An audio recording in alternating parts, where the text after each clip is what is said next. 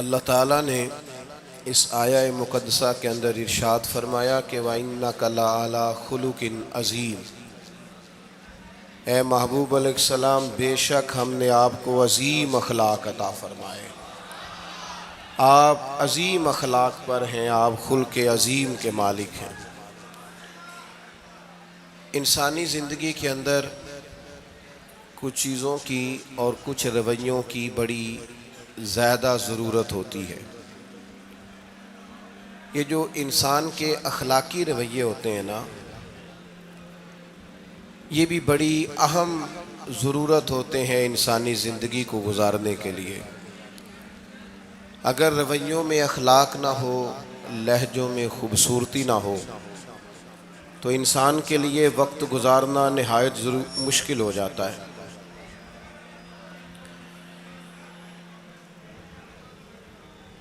اللہ تعالیٰ آپ کو جزائے خیر دے۔ میں دوستوں سے کہتا رہتا ہوں کہ کسی کھلی جگہ پہ احباب کے لیے بندوبست کیا جائے تاکہ لوگ تکلیف کا شکار نہ ہوں۔ پیار سے آ جاتے ہیں کئی ساری جگہوں پہ، بلکہ شاید ساری جگہوں پہ اب یہی مسئلہ بنتا ہے جگہ کا، لیکن اس وقت احباب بعض اوقات توجہ نہیں کرتے، پھر مشکل بڑھ جاتی ہے۔ اب تو جیسے ہے ویسے ہی رہے گا۔ بھئی آپ بولیں تو نانا، آپ اتنا شور کریں گے تو میں بات کیسے کروں گا؟ اللہ تعالیٰ نے خیر کیا ہے، کچھ بہتری۔ اب ایک دفعہ بلند آواز سے درود شریف پڑھیں۔ الصلاۃ والسلام علیک یا رسول اللہ وعلی آلک واصحابک یا حبیب اللہ، الصلاۃ والسلام علیک یا نبی اللہ وعلی آلک واصحابک یا نور اللہ۔ عزیز دوستو، میں یہ عرض کر رہا تھا کہ اللہ تعالیٰ نے نبی پاک علیہ السلام کے اخلاق کی تعریف کی ہے۔ ہمارے زمانے میں یہ رویہ ہو گیا ہے کہ اگر اخلاق کی، کردار کی کوئی بھی بات کی جاتی ہے تو لوگ سمجھتے ہیں شاید یہ ایک بیٹا آپ دو لوگ رہ گئے ہیں، یا تو آپ بیٹھ جائیں، پیچھے آپ کے سب اشارے دے رہے ہیں، آپ مہربانی کریں نا یار، میں نے تو کبھی اتنا ٹائم ہی نہیں لگایا جلسہ سیدھا کرنے میں، ہاں تو بڑی مشکل ہو گئی۔ اللہ آپ کو برکت دے، آپ تو بڑے پیارے لوگ ہیں، آئے سارے پیار سے ہیں، پر وہ پیار میں جیتنا چاہ رہے ہیں ایک دوسرے سے۔ حالانکہ پیار میں جو مزہ ہارنے کا ہے نا،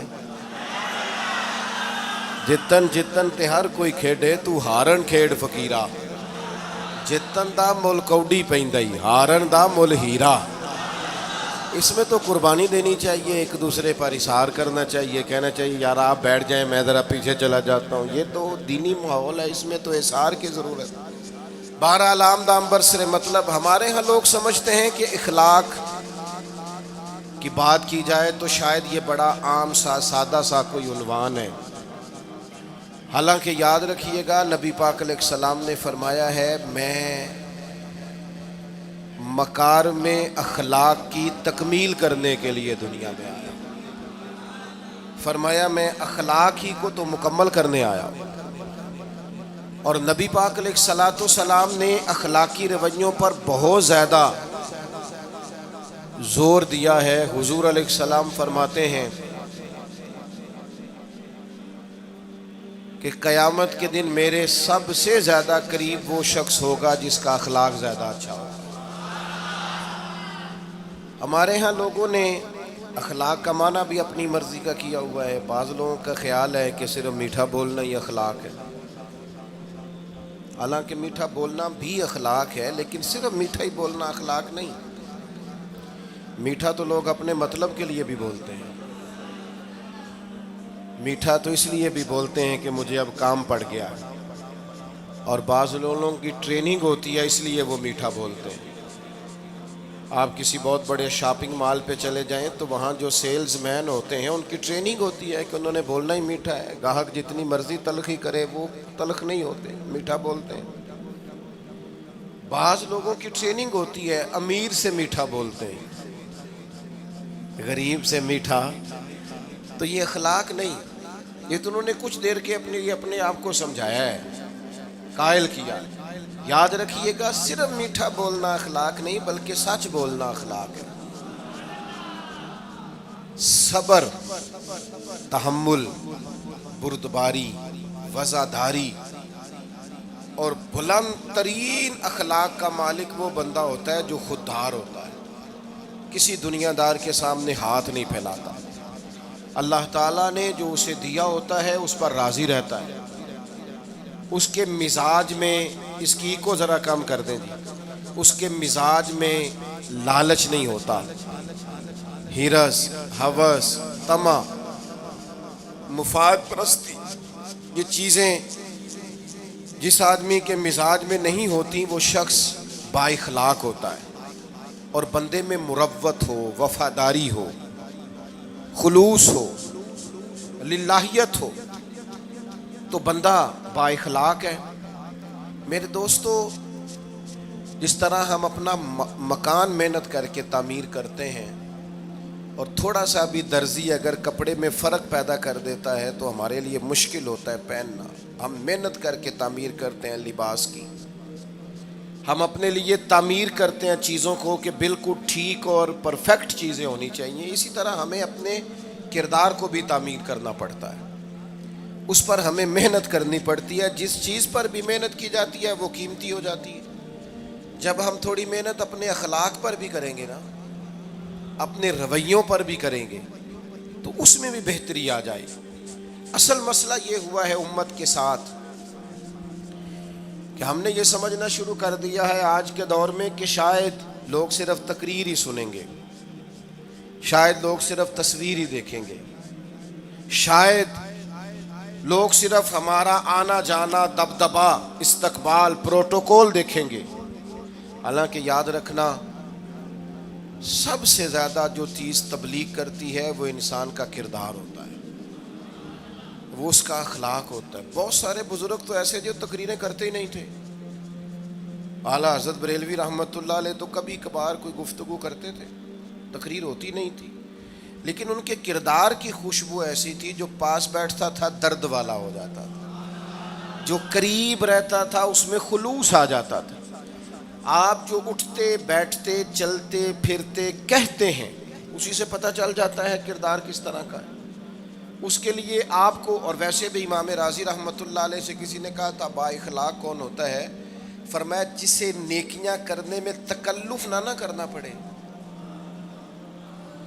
نیکی بڑی آسانی سے اس سے سرزد ہو جائے، وہ بندہ اخلاق والا ہوتا ہے۔ آسانی سے نیکی کر لے، مشکل درپیش نہ ہو، بندہ با اخلاق ہوتا ہے۔ جب جب ہمارا اخلاق اور کردار اور لب و لہجہ اور اٹھنا بیٹھنا، آپ بڑی تعریفیں کریں گھر جا کے کہ میرے استاد بڑے قابل ہیں، آپ کہیں میں بہت عالی شان پیر صاحب کا مرید ہوں، کیا بات، لیکن خدا نہ کرے بیوی کو گالی دیں تو وہ اسی وقت کہہ دے گی یہ سکھایا تجھے تیرے پیر صاحب نے، یہ استاد صاحب سے سبق پڑھ کے آیا، یہ اس تنظیم کا آدمی ہے۔ وہ کبھی قبول نہیں کرے گی آپ کے استاد کو، آپ کے پیر صاحب کو، آپ کی تنظیم کو، کہے گی پتہ ہے مجھے کس پانی میں یہ سکھاتے ہیں تمہیں۔ جب تک اخلاقی رویہ بدل نہیں جاتا، آپ کہیں میں بڑی محافل کراتا ہوں، میں بہت بڑا آدمی ہوں، اور میں بڑے دینی کام کرتا ہوں، اور میں اپنے اوپر لیبل رکھتا ہوں، لیکن آپ کا دوستوں کے ساتھ اٹھنے بیٹھنے میں حلال حرام کی تمیز میں ہی کوئی خیال نہ ہو تو کوئی نہیں مانے گا آپ کی بات۔ ہمارے ہاں سنت شریعت کا بھی ہم نے اپنی مرضی کا نام رکھ لیا ہے نا۔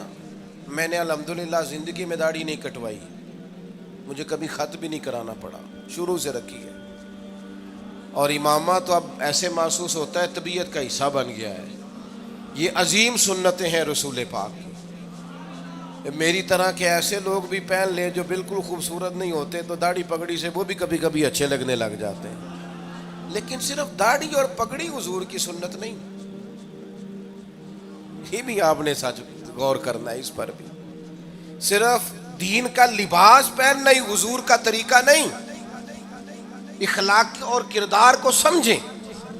حضور کی جو سنت سب سے پہلے لوگوں میں معروف ہوئی تھی، جس سے تعارف ہوا تھا، وہ تو صادق اور امین ہونا ہے۔ او بھائی سچ بولنا بھی تو حضور کی سنت ہے نا، دیانت دار رہنا بھی تو نبی پاک کا طریقہ ہے نا۔ آپ صرف ایک مخصوص لباس پہن لیں فقط، اور باقی چیزوں سے آپ آزاد ہو جائیں گے۔ ہو سکتا، میں اکثر کہتا ہوں کہ مسواک لے کر دانت صاف کرنا بھی حضور کی سنت ہے اور دل صاف رکھنا بھی حضور کی سنت ہے.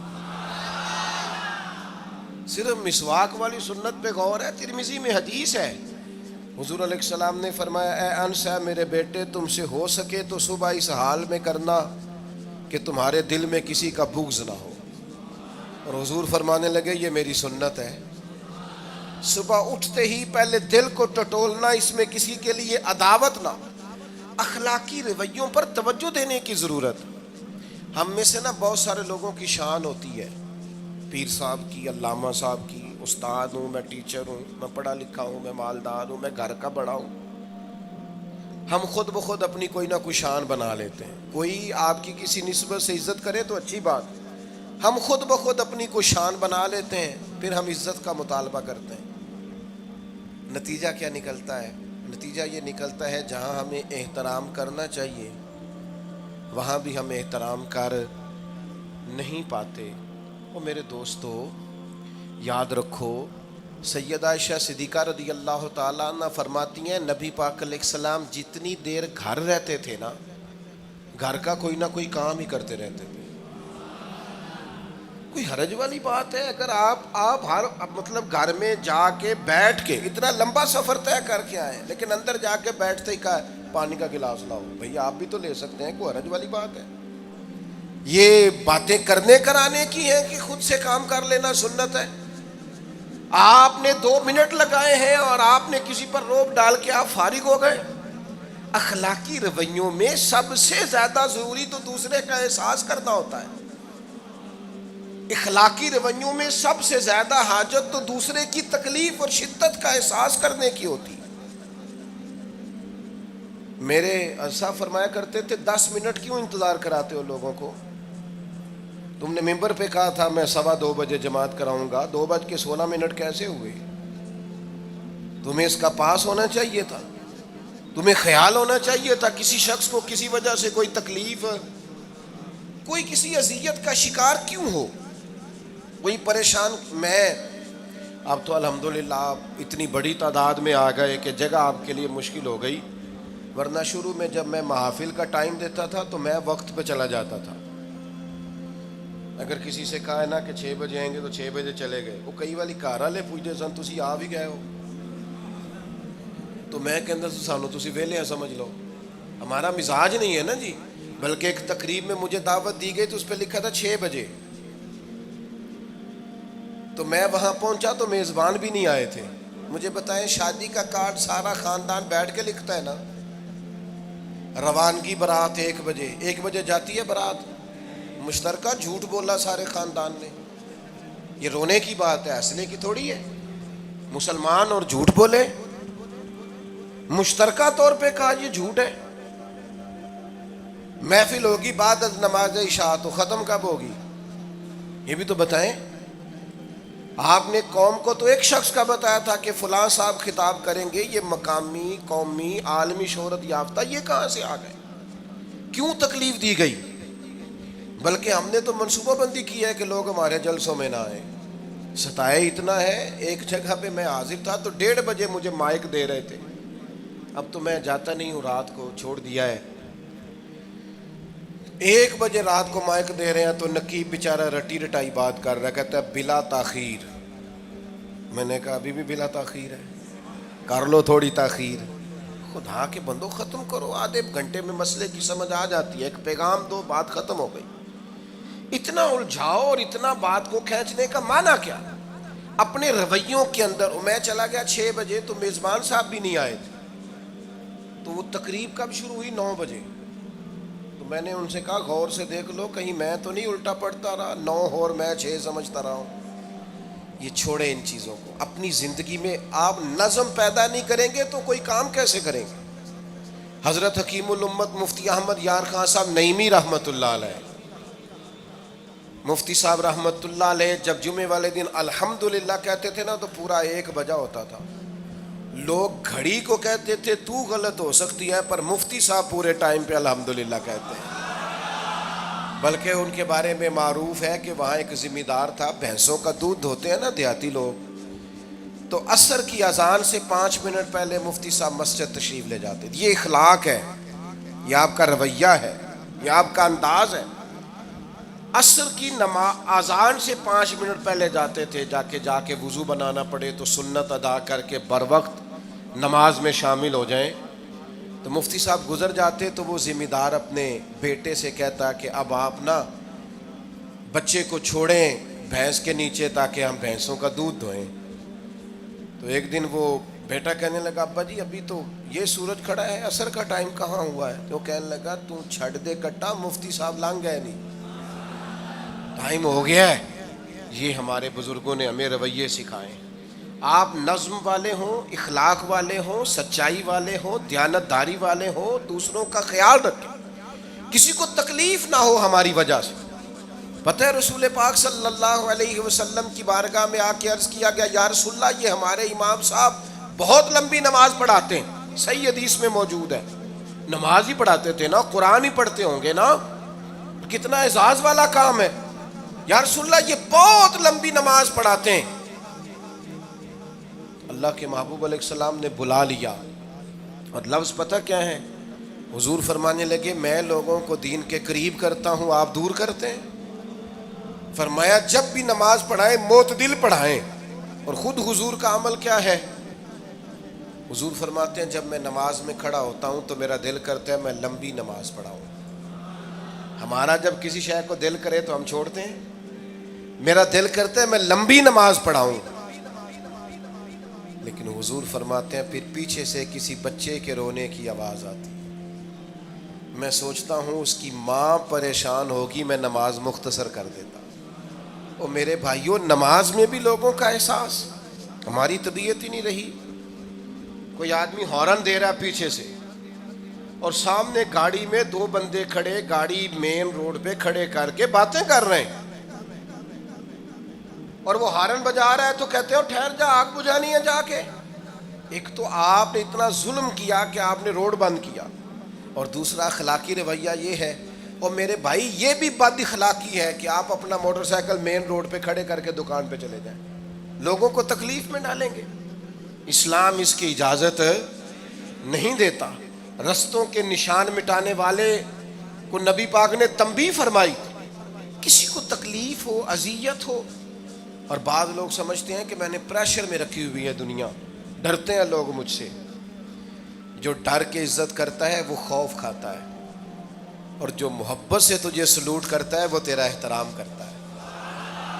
بعض لوگ کسی کے شر سے بچنے کے لیے بھی اسے سلام کرتے ہیں, وہ عزت نہیں ہوتی, وہ عزت نہیں ہوتی کہ یہ تو رٹا ڈال دے گا. اپنے اخلاقی رویے ہمیں اللہ کے محبوب سے سیکھنے, حضور سے خیرات لینی ہے, اخلاق حسنہ. ہم نے اپنے آپ کو سمجھنا ہے, ہم نے اپنے مزاجوں میں تبدیلی پیدا کرنی ہے, بالخصوص بزرگوں کے معاملے میں, بڑوں کے معاملے میں. جیسے جیسے انسان ضعیف ہوتا جاتا ہے نا, حساس ہوتا جاتا ہے, اسے باتیں تکلیف دینے لگتی.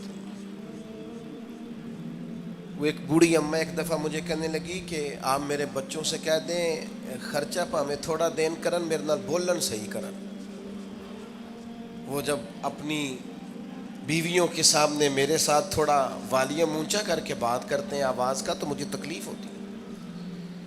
اپنا رویہ, لہجہ, اس پر غور ہو. جوانی میں ہی تو برداشت کرنا ہوتا ہے. اپنے مزاج کو کبھی بکھرنے اور ٹوٹنے نہ دیں. اور سب سے زیادہ بندے کا پتہ ہی تب چلتا ہے جب کوئی اسے پورا غصہ دلائے, جو پھر کنٹرول کرے, وہی تو کمال آدمی ہوتا ہے.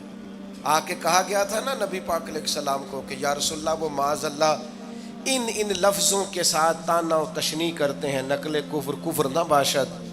تو حضور فرمانے لگے وہ پتہ نہیں کس کی باتیں کرتے ہیں, مجھے تو اللہ نے محمد بنا کے بھیجا, میں تو محمد ہوں, اور محمد ہوتا ہی وہ ہے جس کی تعریفیں ہوں. وہ پتہ نہیں کس کی باتیں کر رہے ہیں, چھوڑو.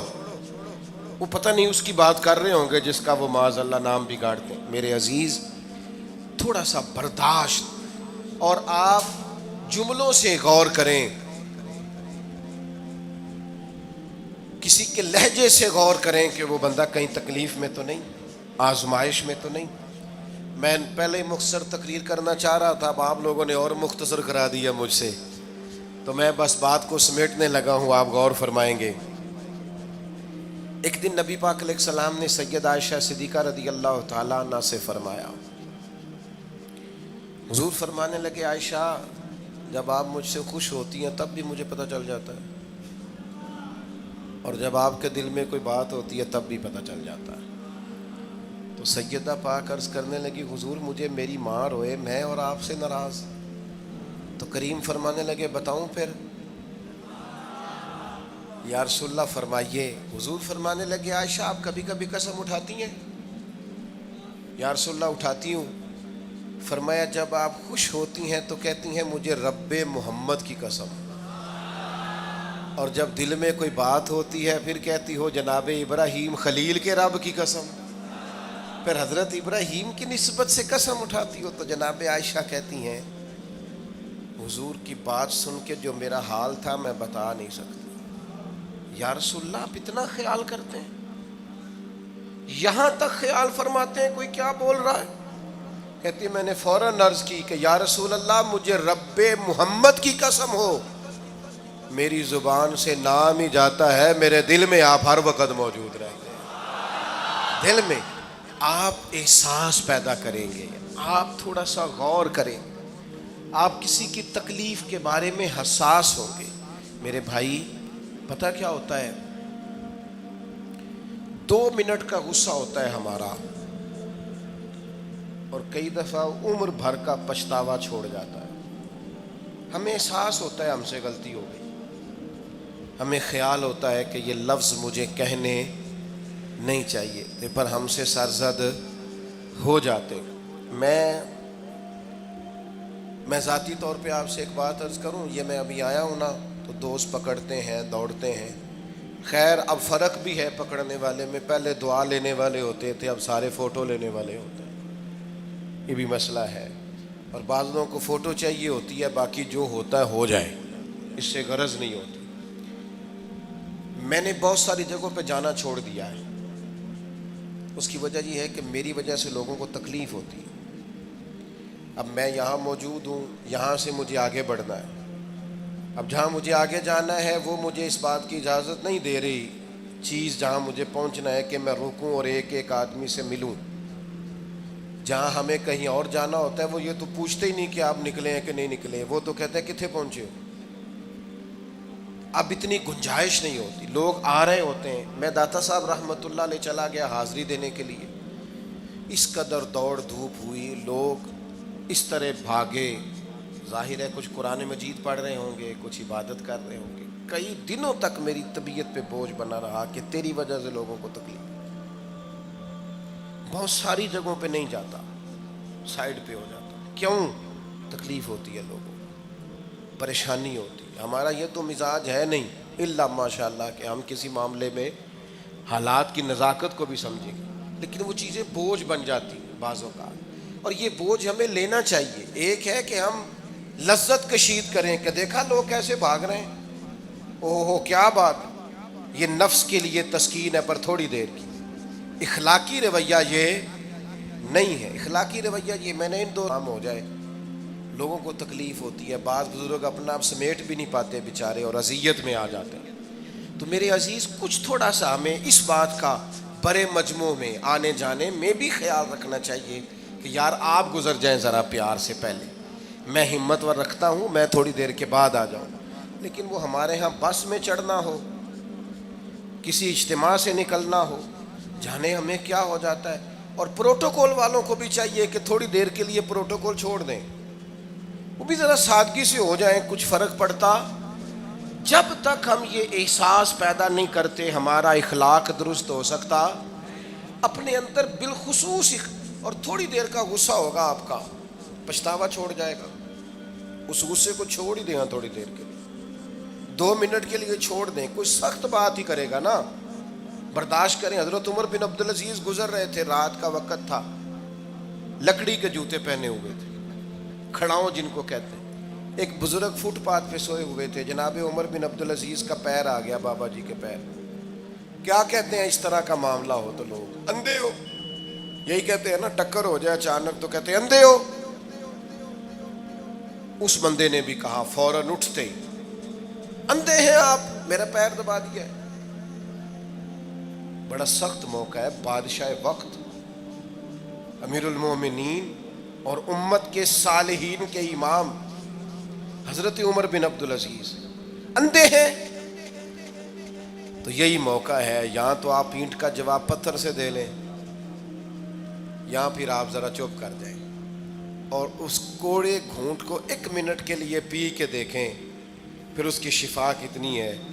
حضرت عمر بن عبدالعزیز ہنس پڑے، فرمانے لگے نہیں بزرگو، اندھا نہیں ہوں، مجھے نظر آتا ہے. وہ جو 7 سپاہی تھے نا، یہ کیتلی چائے سے زیادہ گرم ہوتی ہے ہمیشہ، انہوں نے تلواریں نکال لی. آپ نے فرمایا تمہیں کیا ہوا؟ حضور اس بے ادب نے آپ کو اندھا کہا ہے. فرمانے لگے نہیں کہا. کہا جناب کہا ہے. فرمایا نہیں کہا. میں کہا ہے جناب نہیں کہا. تو آپ فرمانے لگے بابا جی آپ سے بات کر رہے تھے مجھ سے کر رہے تھے؟ کہا جی آپ سے ہی بات کر رہے تھے. تو فرمانے لگے انہوں نے مجھے اندھا نہیں کہا، انہوں نے تو ایک سوال پوچھا ہے.